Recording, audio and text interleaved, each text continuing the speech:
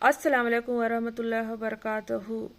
जब पैसे ख़त्म हो जाएं तो क्या करें। हमारे हुजूर सरवर कायनात सल्लल्लाहु अलैहि वसल्लम का एक वाक़या है। वो हसनैन और करीमैन के घर गए, देखा कि बच्चे भूखे हैं। इतने में ही फातिमा ने आकर कहा कि अब्बा हुजूर, घर में कुछ खाने के लिए नहीं है, हत्ता कि खजूरें भी नहीं हैं।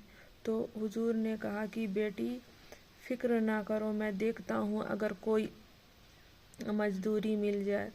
मजदूरी का नाम कौन ले रहा है? अल्लाह के महबूब, जिनके लिए अल्लाह जन्नत से दस्तरखान भेजता था, उनके लिए सजाई जाती थी। फिर हुजूर घर से निकले और मदीने की बागीचों में देखने लगे। जाते जाते एक बागीचा में देखा कि बागीचे का मालिक बगीचे के कुएं से पानी निकाल कर दरख्तों में डाल रहा है। हुजूर ने उसके पास जाकर कहा कि क्या मुझे कोई मजदूरी मिलेगी? उसने कहा कि हाँ, इस घड़े से कुएं का पानी निकाल कर दरख्तों में डालो, हर घड़े के बदले 2 खजूरें मिलेंगी। हुजूर ने डाला, एक डाला, 2 डाला, शायद तीसरी या चौथी मर्तबा रस्सी टूट गई और घड़ा कुएं में गिर गया। इतने में मालिक दौड़कर आया और उन्होंने हुजूर पर हाथ उठा दी। हुजूर ने उन्हें कुछ नहीं बोला और कुएं से घड़े निकाल कर दिए। उसके बदले शायद उन्हें 4 या 6 खजूरें ही मिली होंगी। वो लेकर हुजूर वहाँ से चले गए। लेकिन जिसने थप्पड़ मारा था उसकी तो बेचैनियाँ ही बढ़ गई। वो सोचने लगा कि इतना खूबसूरत चेहरा, इतना नूर वाला चेहरा, वो कौन था जो मेरे बागीचे में काम करने आए थे। ऐसा लग रहा था कि कोई चांद ही उतर के मेरे बागीचे में आया है। और वो बेचैनी से हर राह चलते को पूछने लगा कि ऐसा ऐसा कोई बंदा जिसे तुम जानते हो। तो एक ने कहा कि हाँ, वो तो अल्लाह के रसूल हैं।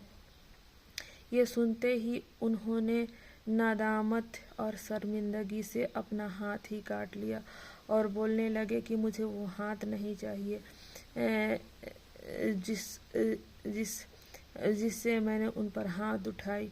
और ये बोलते हुए वो उसी हालत में शाम के वक्त मस्जिद नबवी में पहुंचा और उन्होंने कहा कि मुझसे गुस्ताखी हो गई। मैं नहीं जानता था कि अल्लाह के रसूल, अल्लाह के महबूब भी किसी बागीचे में मजदूरी का काम कर सकते हैं। आप मुझे माफ़ कर दीजिए। रसूल अकरम ने किसी से कुछ नहीं कहा और उनके हाथ को लिया और जोड़कर अपने लुआब डाल दिया और वो हाथ ठीक हो गया।